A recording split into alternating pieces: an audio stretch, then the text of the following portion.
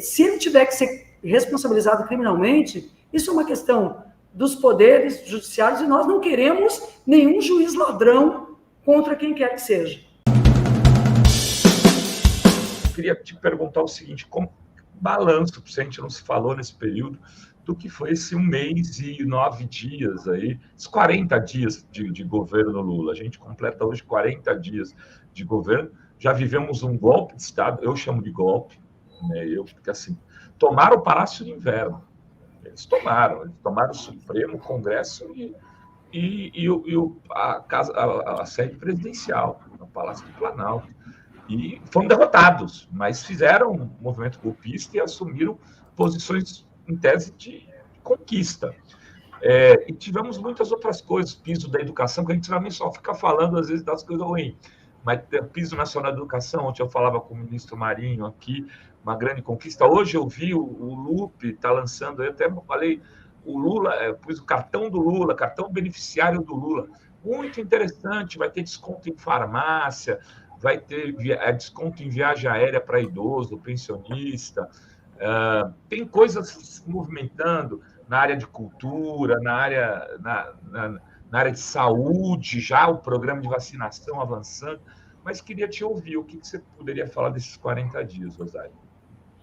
Bem, Rovai, o primeiro período, desde os 2 períodos que tivemos, desde a vitória de segundo turno até a posse e da posse até agora, foram períodos de atacar o golpismo, de impedir golpes. E eu tenho uma opinião muito semelhante à do Rovai quanto ao ataque do 8 de janeiro e outros também, que ao longo desse período aconteceram, que foram tentativas objetivas de impedir e até de destituir o governo eleito. A tentativa de tomada do Palácio do Planalto, do Supremo Tribunal Federal e da Câmara dos Deputados, que ontem completou 1 mês, foi em 8 de janeiro, ela só não teve uma efetiva e objetiva resultado de deposição do governo por alguns fatores que nós conseguimos construir antigolpistas. Mas foi preciso agir contra os golpistas. Então, não sejamos ingênuos. Eles estão à espreita para tentar desestabilizar, atacar e depor o governo eleito, o presidente Lula. Fizeram isso, inclusive, de forma violenta. A extrema-direita no país saiu do espaço da internet e mesmo do ataque verbal para uma ação terrorista, para uma ação predatória. Hoje, eles são isto no Brasil. Por isso, de certa forma, o grupo mais à extrema-direita tenha se isolado neste processo.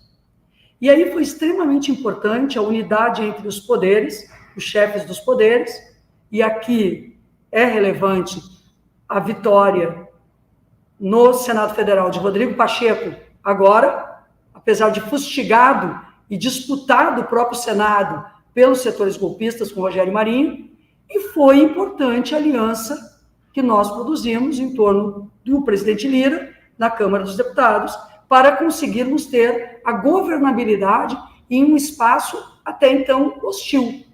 Vamos ter em conta que tanto Pacheco quanto Lira tiveram posições contra a tentativa de golpe do dia 8 de janeiro, um golpe que não era somente aquelas pessoas insanas e aquela horda também profissional da destruição, que não foi algo não planejado, não foi apenas uma horda que chegou ali.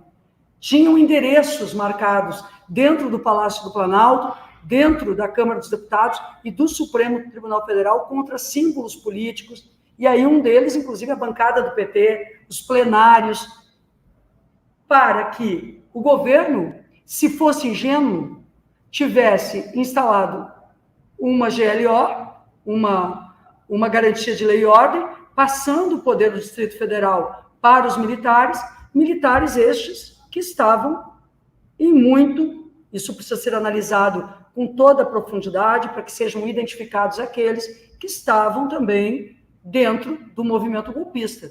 Porque ninguém vai me dizer que é o acaso que o tal coronel Cid tenha sido alocado no batalhão e no quartel e no espaço das Forças Armadas do Exército Brasileiro em Goiânia, que é justamente o pelotão, os batalhões de proteção ao poder e ao Distrito Federal e a Brasília. Ele que estava lá dentro do Palácio do Planalto, inclusive manejando a retirada de dinheiro no cartão corporativo para entrega à primeira-dama e a todas as denúncias que estão acontecendo. Então, isso não é um acaso. Nós estávamos diante de uma ação golpista estruturada também por dentro de quadros das Forças Armadas. No entanto, a Aeronáutica e a Marinha não foram juntos, não há apoio internacional, o presidente está se dirigindo hoje aos Estados Unidos para a conversa com Biden, não houve apoio internacional ao golpismo, muito pelo contrário, houve um isolamento e os poderes reagiram a isso. A Câmara dos Deputados, o Lira se colocando frontalmente contrário, o Pacheco também, aos atos golpistas. O que não pode acontecer agora é a anistia, que seria igual à impunidade. Não por qualquer verve de vingança, mas de indignação com o descumprimento da Constituição e porque nós não podemos incentivar a existência desses movimentos. Então, é preciso, de fato, termos uma atuação clara contra esse golpismo, desmontarmos as estruturas por dentro do Estado brasileiro, que são golpistas, não é uma novidade. O Jango enfrentou isso em 61, a Dilma enfrentou em 64, a Dilma enfrentou em 2016, e nós precisamos blindar o presidente Lula dessas movimentações. Agora, ao mesmo tempo, há o tema da economia, porque o que vai realmente garantir ao presidente Lula a estabilidade política do nosso governo, com esta sede do ataque golpista, é o crescimento econômico do país, a distribuição de renda, a melhoria da vida da população e a retirada de um núcleo importante, de um grupo importante que ficou ao redor do bolsonarismo, fanatizado no último período, trazer este grupo para uma reflexão, um grupo popular, no meio das camadas populares.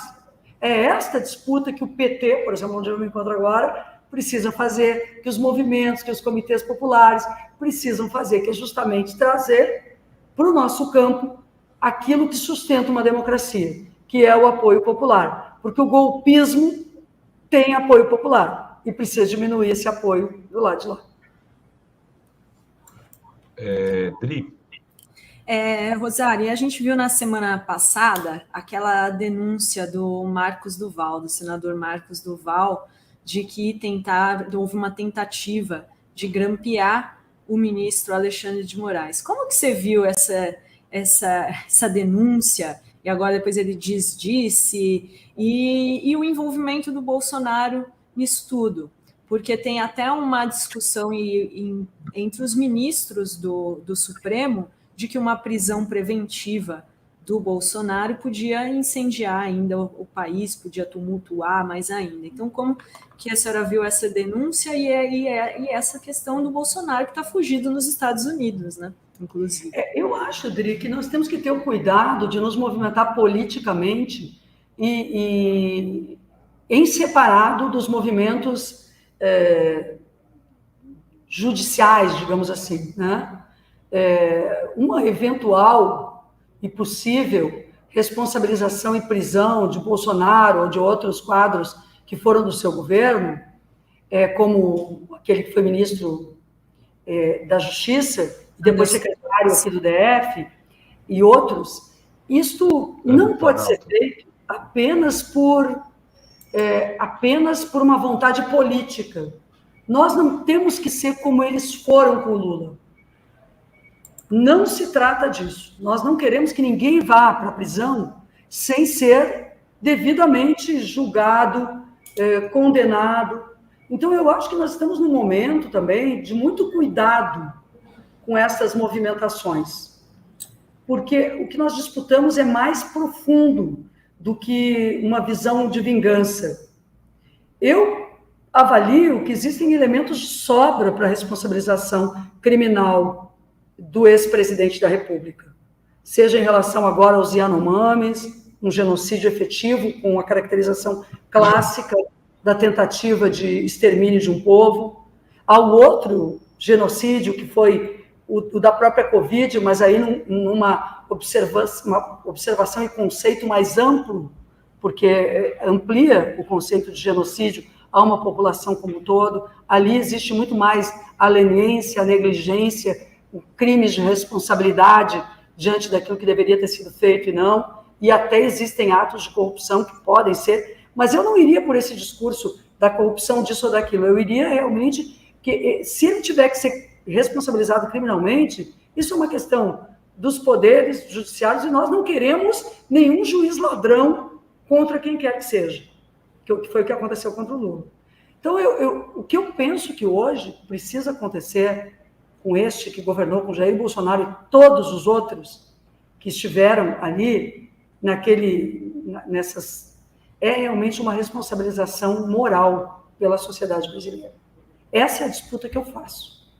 Eu quero que a população brasileira enxergue que este que governou o Brasil foi responsável por mortes, por abandono, por graves crimes, moralmente já. Isso a gente pode dizer.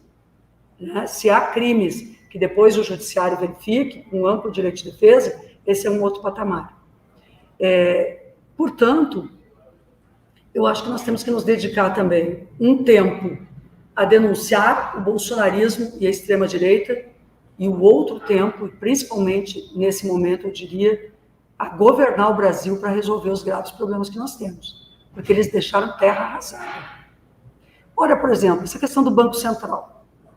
Nós vamos continuar com essa autonomia do Banco Central, que impede o presidente e o ministro da Economia de ter uma política econômica para o crescimento?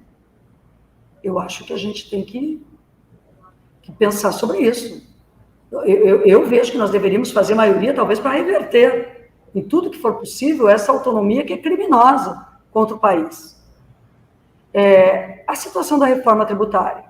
Ontem, o ministro Haddad disse que só com a votação das PECs que estão na Câmara e no Senado, nós já cresceríamos a economia brasileira em 10% do PIB, que é uma reforma tributária sobre o consumo. Se nós agregarmos 10% ao PIB com estas votações, quanto nós conseguimos atender da população? Então, o que eu vejo é que estes elementos precisamos dar conta disso. Porque nós temos que rapidamente incluir os pobres no orçamento e assegurar que as pessoas que estão tendo dificuldade para fazer o seu supermercado tenham a condição de comprar mais no Brasil, encher sua geladeira, que é aquilo que o Lula diz, fazer suas refeições, colocar a criança na escola. Nós temos que ter isso, melhorar o SUS. Isso tudo eu acho que tem que ser junto com a disputa política do país mais anti-bolsonarista. É a gente mostrar o que veio. Eu acho que o Lula é um pouco isso.